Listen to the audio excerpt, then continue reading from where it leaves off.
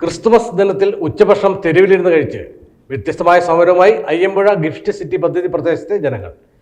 Gift city പദ്ധതിക്കായി കുടിയിറക്കേണ്ടി വരുന്ന അയ്യമ്പുഴയിലെ 200-ലധികം കുടുംബങ്ങളാണ് വീടുകളിൽ പാകം ചെയ്ത പൊതിച്ചോറുമായി വന്ന് തെരുവിൽ ഇത്തവണ ക്രിസ്മസ് ആഘോഷിച്ചത്.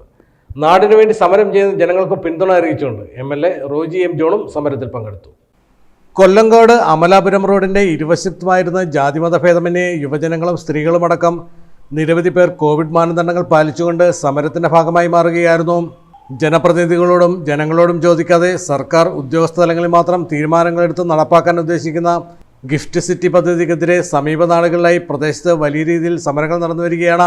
ക്രിസ്തുമസ് ദിനത്തിൽ വഴിയോരത്തിരുന്ന് ഭക്ഷണം കഴിക്കേണ്ടി വരുന്നത് തികച്ചും വേദനാജനകമാണെന്നും ജനകീയ സമരത്തിൽ ജനങ്ങൾക്കൊപ്പം നിൽക്കുന്നുവെന്നും സമരം ചെയ്യുന്ന ജനങ്ങൾക്ക് പിന്തുണ അറിയിച്ചുകൊണ്ട് റോജി M. ജോൺ MLA പറഞ്ഞു. സമരസമിതി convener Bijoy Cherian gift city പ്രദേശത്തെ ഭൂമാഫിയ ഇടപെടലുകളെ നിശിതമായി വിമർശിച്ചു. തദ്ദേശീയരായ ജനങ്ങളോട് ചർച്ച ചെയ്യാതെ ഉദ്യോഗസ്ഥരെയും വ്യവസായികളെയും മാത്രം ഉൾപ്പെടുത്തിക്കൊണ്ടുള്ള ചർച്ചകൾ ജനാധിപത്യ വിരുദ്ധമാണെന്ന് സമരസമിതി കൺവീനറായ ജോസ് ചുള്ളി അഭിപ്രായപ്പെട്ടു. ഫാദർ വർഗീസ് ഇടശ്ശേരി, ഫാദർ രാജു പൊന്നക്കകിലക്കൻ തുടങ്ങിയവർ സംസാരിച്ചു.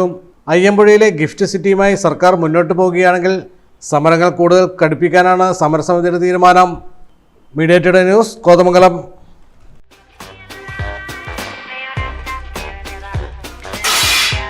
Oh no!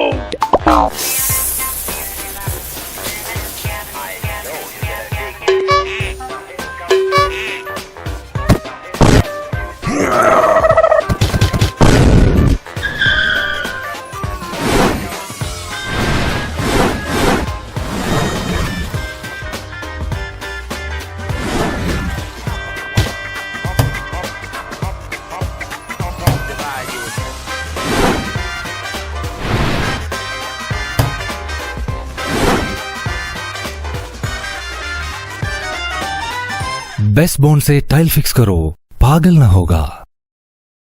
No other bond is equivalent to Best Bond.